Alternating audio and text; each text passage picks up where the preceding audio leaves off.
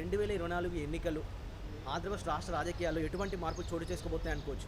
ఒకటి, ఆంధ్రప్రదేశ్ రాష్ట్రంలో ఎన్నికల గురించి 2024 ఎన్నికల గురించి మనం మాట్లాడుకునే ముందుగా అసలు ఒకప్పుడు ఆంధ్రప్రదేశ్ రాష్ట్ర పరిస్థితులు ఎలా ఉన్నాయి, 2014 నుంచి మనం ప్రత్యేకంగా మాట్లాడుకోవాలి. 2014 ముందు ఉమ్మడి ఆంధ్రప్రదేశ్ ఉంది, 2014 తర్వాత విభజిత ఆంధ్రప్రదేశ్. ఆ రోజు 2014లో రాష్ట్ర విభజన జరిగింది. ఆంధ్రప్రదేశ్కి ఏంటంటే రాజధాని లేదు, లోటు బడ్జెట్ 16,000 కోట్ల లోటు బడ్జెట్ ఉంది.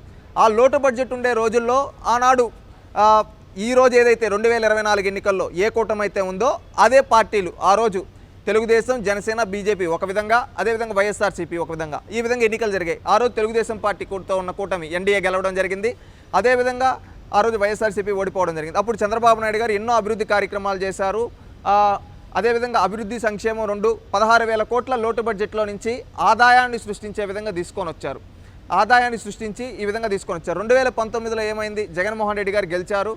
అంటే నేను గతంగా అంటే భిన్నంగా అభివృద్ధి చేస్తాను చంద్రబాబు నాయుడు కంటే అద్భుతంగా అంటే ఆ రోజు ప్రజలందరూ నమ్మి జగన్మోహన్ రెడ్డి గారికి అవకాశం ఇచ్చారు. జగన్మోహన్ రెడ్డి గారు కూడా అధికారంలోకి వచ్చినప్పుడు ఏదో అద్భుతంగా చేస్తాడనుకున్నాం. వచ్చిన వెంటనే ప్రజావేదికను కూల్చాడు, ఆ తర్వాత అన్నా క్యాంటీన్లు ఆపేశాడు, ఆ తర్వాత అనేక పండుగ కానుకలు ఆపేశాడు, ఈ విధంగా అనేక సంక్షేమ కార్యక్రమాలు ఆపేశాడు. అభివృద్ధి లేదు. రాష్ట్రంలో ఏంటంటే రౌడీజం ఇలాంటిది మాత్రమే ప్రోత్సహిస్తూ ఉన్నాడు.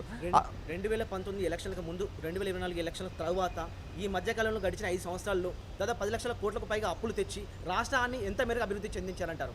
అంటే 10 లక్షల కోట్లు అప్పనే తెచ్చారు, కానీ ఇక్కడెక్కడ అభివృద్ధి అనేది లేదు. ఏంటంటే అభివృద్ధి అంటే ఏంటంటే కనీసం ఒక రోడ్డు అన్నా పడి ఉండాలి, ఒకటి జీవన విధానం అన్నా పెరిగి ఉండాలి, ఒకడ లైఫ్ స్టైల్ అన్నా ఏదైనా బిల్డింగ్లు కట్టి ఉండాలి. ఏమీ చేయకుండా 10 లక్షల కోట్లు అప్పంటే అది ఎవరు జోబీలోకి వెళ్ళింది? జగన్మోహన్ రెడ్డి గారి జోబీలోకి వెళ్ళి ఉంటుంది, లేదా వాళ్ళ సామంత రాజుల జోబీలోకి వెళ్ళి ఉంటుంది. ఇది మనం క్లుప్తంగా చూసినట్లయితే ఇక్కడెక్కడా కానీ జగన్మోహన్ రెడ్డి గారు రాష్ట్రాన్ని అప్పులు కుప్పలుగా చేశారు, రౌడీజాన్ని పెంచి ప్రోత్సహించారు, అభివృద్ధి అనేది లేదు, సంక్షేమం అనేది లేదు. అందుకని రాష్ట్ర ప్రజలంతా ఒకటి ఆలోచిస్తూ ఉన్నారు. ఒక్క అవకాశం అన్నాడు, మన జీవితాలు మారుస్తా అన్నాడు. ఆ ఒక్క అవకాశంతో రాష్ట్రాన్ని 20 ఏళ్ళు వెనక్కి తీసుకొని వెళ్ళిపోయాడు. మనం ఇలాంటి వ్యక్తికి ఎందుకు ఓటేయాలని ఈరోజు ప్రజలు భావిస్తూ ఉన్నారు. ఎందుకంటే ఒక్క అవకాశం అన్నప్పుడు ప్రజలు ఏం ఎక్స్పెక్ట్ చేశారు? చంద్రబాబు నాయుడు కంటే యువకుడు, చంద్రబాబు నాయుడు గారి కంటే ఎక్కువ అభివృద్ధి చేస్తాడేమో, చంద్రబాబు నాయుడు గారి కంటే ఎక్కువ సంక్షేమ కార్యక్రమాలు ఇస్తాడేమో, చంద్రబాబు నాయుడు గారి కంటే రేట్లు కొంచెం ఏమైనా తగ్గిస్తాడేమో అని చెప్పి ఆ రోజు అవకాశాలు ఇవ్వడం జరిగింది. ఈయన ఆ అవకాశాన్ని సద్వినియోగం చేసుకోకుండా దుర్వినియోగం చేసుకున్నాడు. రాష్ట్ర విభజన తరువాత ఉద్యోగ ఉపాధి అవకాశాలు ఆంధ్ర రాష్ట్రంలో మెరుగ్గా ఉంటాయని ఆశించిన నిరుద్యోగ యువతకు కానీ అక్కడి వ్యక్తులకు కానీ ఎటువంటి లాభం చేకూరిందంటారా, నష్టం చేకూరిందంటారా? నష్టమే చేకూరింది. ఎందుకంటే ఒకప్పుడు చంద్రబాబు నాయుడు గారు అనేక కంపెనీలు తీసుకొని వచ్చారు. కియా కావచ్చు, సెల్కాన్ కావచ్చు, అదేవిధంగా కార్బన్, డిక్సాన్, టీసీఎల్, జోహో, అదేవిధంగా హెచ్సిఎల్ కావచ్చు, ఇలాంటి అనేక ఐటీ కంపెనీలను కావచ్చు ఎంకరేజ్ చేశారు. సెజ్జిల్ ద్వారా రాష్ట్రాన్ని ఒక స్పెషల్ ఎకనామిక్ జోన్స్, అనేక స్పెషల్ ఎకనామిక్ జోన్స్ పెట్టి డెవలప్ చేశారు. కానీ జగన్ అనే వ్యక్తి ఏం చేశాడు? సూటిగా అడుగుతూ ఉన్నాం. ఎందుకంటే ఒక రాష్ట్ర యువతగా జగన్మోహన్ రెడ్డి గారు 2019కి ముందు అనేక చెప్పాడు, అవి మనకు చేశాడా? ఎందుకంటే ఒక నాయకుడు అనేవాడు క్రెడిబిలిటీ అనేది ఉండాలంటే అతను చెప్పిన మాటలు చేయాలి. కానీ జగన్మోహన్ రెడ్డి గారు ఆ రోజు అనేక హామీలు ఇచ్చారు. జాబ్ క్యాలెండర్, ఇది నేను ప్రధానంగా ఎందుకు ఈ జాబ్ క్యాలెండర్ అంటే ప్రతిసారి ఎందుకు చెప్పాల్సి వస్తూ ఉందంటే ఆ రోజు జగన్మోహన్ రెడ్డి ఏ మీటింగ్కి వెళ్ళినా కానీ job calendar, job calendar, job calendar, job calendar మీ తలరాత మార్చేస్తుంది, ప్రతి జనవరి 1 జాబ్ క్యాలెండర్ అన్నాడు. ఈరోజు 5 జనవరి 1 పోయాయి కానీ ఒక్క జాబ్ క్యాలెండర్ ఇలాకపోయాడు జగన్మోహన్ రెడ్డి. తన సాక్షి క్యాలెండర్ వచ్చింది తప్పితే జాబ్ క్యాలెండర్ ఒక్క యువతకు రాలేదు. ఈ విధంగా మాట తప్పాడు, మడమ తిప్పాడు, మోసం చేశాడు కదా. ఈయన మళ్ళీ క్రెడిబిలిటీ, విలువలో విశ్వసనీయత అంటారు. ఇదేనా ఆయన క్రెడిబిలిటీ? మాట తప్పడం, మడమ తిప్పడమే ఆయన క్రెడిబిలిటీ. ఇంకొకటి మెగా డిఎస్సి అని చెప్పి చేతులు తిప్పాడు. ఈరోజు ఒక్కటంటే ఒక డిఎస్సి పెట్టలా. ఈరోజు ఎన్నికల ముందు ఒక డ్రామా తప్పితే ఎక్కడైనా డిఎస్సి పెట్టాడా? సూటిగా అడుగుతూ ఉన్నాం. ఇవన్నీ చేయకుండా క్రెడిబిలిటీ లేని ఇలాంటి వ్యక్తి పాలకుడుగా అవసరమా? ఎందుకంటే పాలకుడు అనేవాడు ప్రజల జీవన విధానాలు పెంపొందించాలి, పాలకుడు అనేవాడు ప్రజలకు మంచి చేయాలి. కానీ ఈ పాలకుడు రాష్ట్రాన్ని సర్వనాశనం చేస్తున్నాడు, యువత పొట్టపైన కొడుతున్నాడు, అదేవిధంగా రాష్ట్రంలో రైతులు కడుపు కొడుతున్నాడు. ఇలాంటి పాలకుడు మనకు అవసరం లేదు అని చెప్పి ఈరోజు రాష్ట్ర ప్రజలు అనుకుంటూ ఉన్నారు. దేశంలోనే రాష్ట్రం లేని రాజధానిగా ఆంధ్రప్రదేశ్ మారడానికి అసలు కారణం ఏదంటారు? పాలకుడు. ఎందుకంటే ఇక్కడ జగన్ రెడ్డి అనే వ్యక్తే కారణం. ఎందుకంటే ఒకప్పుడు 2014 నుంచి 19 వరకు శాసనసభ సమావేశాల్లో ఆ రోజు రాజధాని ఇక్కడ పెడదాం అనుకుంటున్నాం అన్నప్పుడు జగన్మోహన్ రెడ్డి గారు ఎలా చెప్పారు తెలుసా? లేచి ఇట పెట్టుకొని అందరు సాయి ఇట చూశాడు, ఒక 2 చూపులు చూసి నేను మనస్ఫూర్తిగా స్వాగతిస్తున్నాను, రాష్ట్రం చిన్నదైపోయింది, ఇప్పుడు రాజధాని ఇప్పుడు నేను ప్రాంతాల మధ్య చుచ్చు పెట్టాలనుకోవటం లేదు, రాజధాని ఎక్కడున్నా నాకు పూర్తిగా నేను మద్దతు ఇస్తా, 30,000 ఎకరాలు ఉండేటట్టు చూడాలని చెప్తూ ఉన్నాను అని చెప్పి చెప్పాడు. ఆ రోజు అమరావతి అంటే నేను మళ్ళీ ఎలక్షన్లకు ముందుగా కూడా మార్చేస్తారంటే అయ్యో జగన్ ఇక్కడే ఇల్లు కట్టుకున్నాడు, జగన్ ఇక్కడే పార్టీ ఆఫీస్ కడతా ఉన్నాడు, జగన్ అన్ని కళ్ళ ముందు కనిపిస్తున్నాయి, తమ్మిని బిమ్మిని చేస్తారు అని చెప్పి రాజధాని ఇక్కడే ఉంటుందని ఇదే జగన్ రెడ్డి చెప్పాడు, తన నోటితో చెప్పాడు, అనేక ఇంటర్వ్యూలు ఇచ్చాడు. ఎన్నికల తర్వాత ఏం చేశాడు? నేను 3 ప్రాంతాలు అభివృద్ధి చెందాలనుకుంటున్నాను, అందుకే 3 రాజధానులు అంటా ఉన్నాను అంటున్నాడు. నిస్సిగ్గుగా, సిగ్గులేని ఈ జగన్మోహన్ రెడ్డి. టీడీపీ హయాంలో 73% పూర్తి చేసుకున్న పోలవరం ప్రాజెక్టు ఇప్పటి వరకు పూర్తి కాకపోవడానికి కారణం ఏమంటారు? చేతగాని పాలకుడు. ఒకప్పుడు చంద్రబాబు నాయుడు గారికి ఏంటంటే ఆయనకి విజన్ ఉండేది, ఏంటంటే రాష్ట్రాన్ని అభివృద్ధి చేయాలి, రాష్ట్రాన్ని ఈ విధంగా తీసుకొని రావాలి, ఈ విధమైన కార్యక్రమాలు చేయాలి, పోలవరం పూర్తి చేయాలి. దాన్ని పోలవరం పూర్తి చేస్తే అటు ఉత్తరాంధ్రకి ఇటు రాయలసీమకి రెండిటికి నీళ్ళు అందించవచ్చు. దాని ద్వారా ఏంటంటే మనం ఈరోజు సముద్రంలో కలిసిపోయే గోదావరి కృష్ణా జలాలని మనం అడ్డుకట్ట వేసి అవి రాయలసీమకి అటు ఉత్తరాంధ్రకి ఇస్తే ఆ ప్రాంతాల్లో రైతులు పంటలు పండించుకుంటారు. దాని ద్వారా వాళ్ళ సొంత కాళ్ళపై నిలబడతారు, రాష్ట్రం సస్యశ్యామలం అవుతుంది, అన్నపూర్ణ ఆంధ్రప్రదేశ్గా తయారవుతుందని ఆ రోజు భావించారు వాళ్ళు. అందుకని ఆ రోజు ఇరిగేషన్ ప్రాజెక్టులు పోలవరం పూర్తవడం లేట్ అవుతుంది కాబట్టి అంతకు ముందుగానే 2 నదులను అనుసంధానం చేయడానికి ఆ రోజు పట్టిసీమ చేయడం కావచ్చు, అదేవిధంగా వంశధార లాంటి ప్రాజెక్టులు కావచ్చు, అదేవిధంగా జీడిపల్లి రిజర్వాయర్ కావచ్చు, గొల్లపల్లి రిజర్వాయర్ కావచ్చు, పోతిరెడ్డిపాడు కావచ్చు, గాలేరు నగరి కావచ్చు, హాంద్రినీవా కావచ్చు, ఇలాంటి ప్రాజెక్టులకన్నిటికీ ప్రధానంగా చూసి ఒక రాయలసీమకే 12,000 కోట్ల రూపాయలు ఖర్చు పెట్టాడు ఇరిగేషన్ ప్రాజెక్టుల కోసం చంద్రబాబు నాయుడు గారు. అంటే ఇంత అభివృద్ధి ఆయనకి ఏంటంటే ఒక ఇరిగేషన్ పైన ఒక అవగాహన ఉంది. ఈ రోజు జగన్మోహన్ రెడ్డి గారికి ఏం అవగాహన ఉంది? ఇరిగేషన్ అంటే తెలియదు, ప్రాజెక్టులు అంటే తెలియదు, చేతగాని వాళ్ళని మినిస్టర్లుగా పెట్టాడు. అతను ఎవరు? అనిల్ కుమార్ యాదవ్ అంట, అంబటి రాంబాబు అంట. వీళ్ళిద్దరూ సబ్జెక్ట్ లేని వ్యక్తులకు మంత్రులు ఇచ్చాడు. వాళ్ళు ఏం చేస్తారు? ఆ విధంగా జగన్మోహన్ రెడ్డికి చేత కాదు, ఇటు మంత్రులకి చేత కాదు. ఆ విధంగా ఇరిగేషన్ మొత్తాన్ని అంటే పండబెట్టేశారు. ఈ విధంగా రాష్ట్రాన్ని సర్వనాశనం చేశారు. చంద్రబాబు నాయుడు గారు అభివృద్ధి చేశారు, అభివృద్ధి చేస్తూ సంక్షేమాన్ని ఇచ్చారు. జాతీయ స్థాయిలో గుర్తింపు తెచ్చుకోవాల్సిన పోలవరం ప్రాజెక్టు ఈ రకంగా నిర్లక్ష్యానికి గురవడానికి మెయిన్ కారణం ఇదని చెప్తున్నప్పటికీ కూడా రానున్న రోజుల్లోనే పూర్తవుతుంది అనుకోవచ్చా? తప్పకుండా. ఇప్పుడు జాతీయ ప్రాజెక్ట్ అంటాం. జాతీయ ప్రాజెక్ట్ అంటే ఈరోజు డబ్బులు నా చేతిలో ఏదో ₹1,00,000 ఉండదు, ఇంకొకరి చేతిలో ₹1,00,000 ఉండదు. ఇప్పుడు జాతీయ నేషనల్ ప్రాజెక్ట్ అన్నప్పుడు నేషనల్ లెవెల్లో ఉండే ప్రాజెక్ట్స్ ఇది ఒక ఆంధ్రప్రదేశ్లో ఈ పోలవరం ప్రాజెక్ట్ ఒకటే కాదు కదా, నేషనల్ ప్రాజెక్ట్స్ అనేక ప్రాజెక్టులు ఉంటాయి. ఆ ప్రాజెక్టులకు అన్ని డబ్బులు ఇవ్వాలన్నప్పుడు కేంద్రం దగ్గర కొన్నిసార్లు ఉండకపోవచ్చు. అప్పుడు ఏం చేసింది చంద్రబాబు నాయుడు గారి ప్రభుత్వంలో? రాష్ట్రమే ఇనిషియేట్ తీసుకొని ఇచ్చేసింది. ఇదేమంటే బిల్లు పెట్టుకుంటే రేపు రీఎంబర్స్మెంట్ వస్తుంది. ఆ రీఎంబర్స్మెంట్ ఆ డబ్బులు మనకే వస్తుంది ఫైనల్గా కేంద్రం నుంచి. కొంచెం లేట్ అవ్వచ్చు. ఏంటంటే ముందు రాష్ట్రము ఇనిషియేట్ తీసుకొని దాన్ని ఖర్చు పెట్టింది, అప్పుడు దాని ద్వారా అది ఫైనల్గా వస్తుంది. ఈరోజు జగన్మోహన్ రెడ్డి ఏంటంటే మనం ఎందుకు కట్టాలి, మనం ఎందుకు చేయాలని ఏమరపాట్లో ఉండడం వల్ల అవ్వటం లేదు. రేపు చంద్రబాబు నాయుడు గారు వస్తే ఆయన రాష్ట్రాన్ని ఏదో ఒకటి చేసి ఆయన నిధులు తీసుకొని వచ్చి పోలవరాన్ని పూర్తి చేస్తాడు. మళ్ళీ కేంద్రం నుంచి దాన్ని ఎలా తీసుకొని రావాలో ఆయనకు అవగాహన ఉంది. ఎందుకంటే ఇది చట్టాన్ని ఎవరో మార్చలేరు. ఎందుకంటే చట్టంలో ఉన్న దాని ప్రకారం ఖచ్చితంగా ఆఖరిగా రాష్ట్రానికి నిధులు వస్తాయి.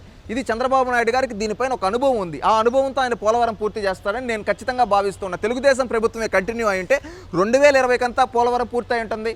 ఇక్కడ వీళ్ళకి చేత కాదు కనుక ఈరోజు కాపర్ డ్యామ్ అంటే తెలియదు, పోలవరం ప్రాజెక్టులో స్పిల్వే అంటే తెలియదు. ఇవేవి తెలియని వాళ్ళు మినిస్టర్లుగా ఉన్నారు, అవగాహన లేని వాళ్ళు, ఈరోజు కనీసం బేసిక్ సెన్స్ లేని వాళ్ళు, క్యూసెక్కి టీఎంసీకి తెలియని వాళ్ళు, ఇలాంటి వాళ్ళు ఇరిగేషన్ మినిస్టర్లుగా ఉండడం వల్ల రాష్ట్రం ఎక్కడ చెందుతుంది? అదే చంద్రబాబు నాయుడు గారు లాంటి పాలకులకు అవగాహన ఉంది, ఏం చెయ్యాలో ఏం చేయబోతున్నారో వాళ్ళకి అవగాహన ఉంటుంది. ఆ అవగాహనతో వాళ్ళు రాష్ట్రాన్ని ముందుకు తీసుకొని వెళ్తారని భావిస్తూ ఉన్నా. 10 లక్షల కోట్ల రూపాయల అప్పుల్లో కేవలం 1,00,000-2 లక్షల కోట్లు కూడా పోలవరానికి ఖర్చు పెట్టకపోవడానికి కారణాలు ఇంకేమనుకోవచ్చు? అనేక కారణాలు ఉన్నాయండి. ఎన్నో ప్రాజెక్టులకు ఎంతో ఖర్చు చేస్తున్నాం చెప్తున్నా కానీ జాతీయ హోదా రావాల్సిన ప్రాజెక్టు ఎందుకు నిర్లక్ష్యం చేయొచ్చు అంటారు? ఒకటి, పాలకుడికి అవగాహన ఉండాలి. ఈరోజు అప్పులు చేస్తూ ఉన్నామంటే ఇప్పుడు ఇంట్లో కూడా ఒక ఎగ్జాంపుల్, ఒక ఇల్లుని తీసుకున్నాం. ఒక తాగుబోతుంటాడు, అప్పులు చేసి తాగుతూ ఉంటాడు, దాన్ని ధనాన్ని వృధా చేస్తుంటాడు, లేదా ఎవడికో పెడుతూ ఉంటాడు. అంతేగాని అక్కడ ఇల్లు గడవదు.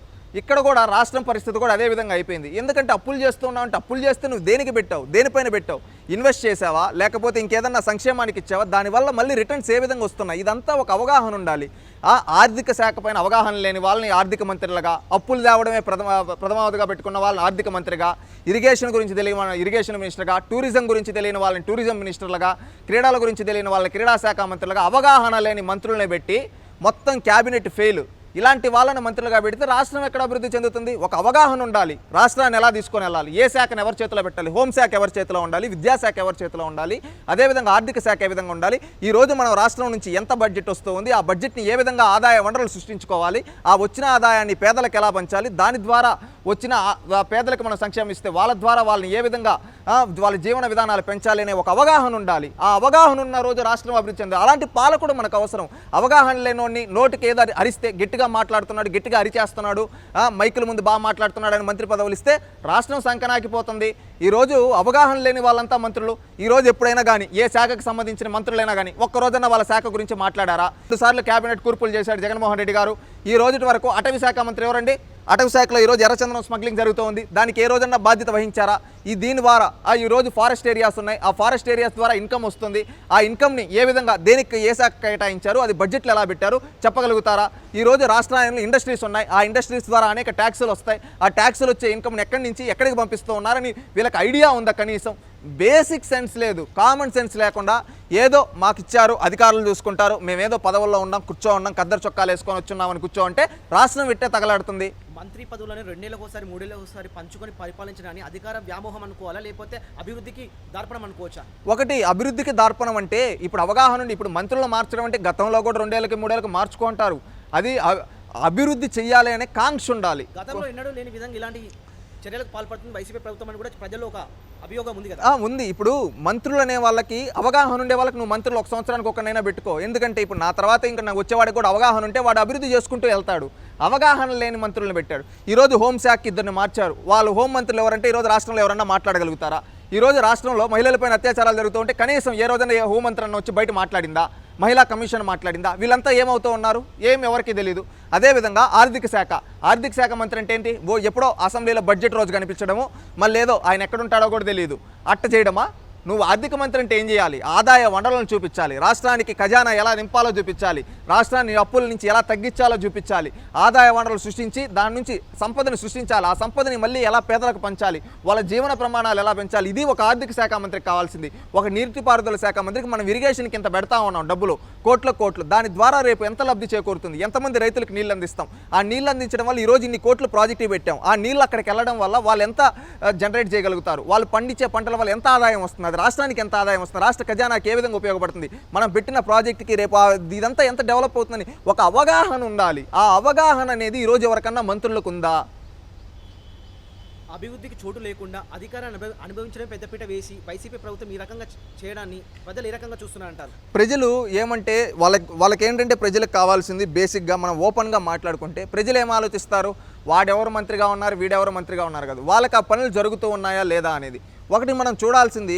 ఇక్కడ ప్రజలు కూడా ఒక సమయం వరకు వేచి చూస్తారు, సహనం ఉంటుంది. ఏంటంటే చేస్తాళ్లే అని చూశారు. ఈరోజు ఎవరు చేయాల? ఈరోజు రాజకీయాలను ఎలా భ్రష్టు పట్టించారంటే ఓపెన్గా మాట్లాడుకుంటే ఒకప్పుడు రాజకీయాలంటే హుందాతనమైన విమర్శలు ఉండేవి, అదేవిధంగా అభివృద్ధిలో పోటీ పడేవాళ్ళు, ప్రజలకు మంచి గురించి పోటీ పడేవాళ్ళు. కానీ ఈరోజు ఏంటంటే రాజకీయాలంటే వ్యక్తిగత సహనం చేయాలి, వ్యక్తిగతంగా టార్గెట్ చేయాలి, బూతులు తిట్టాలి, నోటికి ఏదొస్తే అది మాట్లాడాలి అనే విధంగా తయారు చేశారు. రాజకీయాలను మొత్తం భ్రష్టు పట్టించారు. ఈరోజు యువత ఎవరన్నా రాజకీయాల్లోకి రావాలన్నా, మహిళలు ఎవరన్నా రాజకీయాల్లోకి రావాలని ఇంట్రెస్ట్ చూపించడం లేదు. కారణం ఏంటంటే ఈ విధంగా మాట్లాడితే ఎవరు వస్తారు? ఈసారి ఎన్నికల్లో పోటీ ఎలా ఉండబోతుంది? ఏ పార్టీ గెలిచే అవకాశాలు ఎక్కువగా ఉన్నాయి? ఇప్పుడు పోటీ అనేది ప్రజాస్వామ్యంలో ప్రజల నిర్ణయమే అంతిమ నిర్ణయం, ప్రజా తీర్పే అంతిమ తీర్పు, ప్రజలే న్యాయ నిర్ణేతలు, విజేతలు కూడా వాళ్ళు ఎలాంటి పాలకుడు కావాలో వాళ్ళు తెలుసుకుంటారు. ఇక్కడ నాకు తెలిసి ఈ 5 ఏళ్లలో దగాబడ్డారు కాబట్టి ఏదో ఒక అవకాశం అంటే ఆ ఒక్క అవకాశం ఇస్తే ఆ ఒక్క అవకాశాన్ని సర్వనాశనం చేశాడు కాబట్టి ఈ నాయకుడు, అందుకని వాళ్ళు దగాబడిన ప్రతి ఒక్కరూ ఈ ప్రభుత్వాన్ని గద్దె దించుదాం, ఈ ప్రభుత్వాన్ని గద్దె దించితేనే మనకు మళ్ళీ మార్పు ఉంటుంది, మనకు మేలు జరుగుతుంది, ఈ ప్రభుత్వం మనల్ని దగా చేసింది అని ఈరోజు రైతులు, మహిళలు ప్రతి ఒక్కరూ అనుకుంటూ ఉన్నారు. అందువల్ల ఖచ్చితంగా ఈ జగన్ రెడ్డి ప్రభుత్వం అయితే ఓడిపోతుంది, మళ్ళీ ప్రజాప్రభుత్వం ఏర్పడబోతుంది నేను తెలియజేసుకుంటూ ఉన్నా.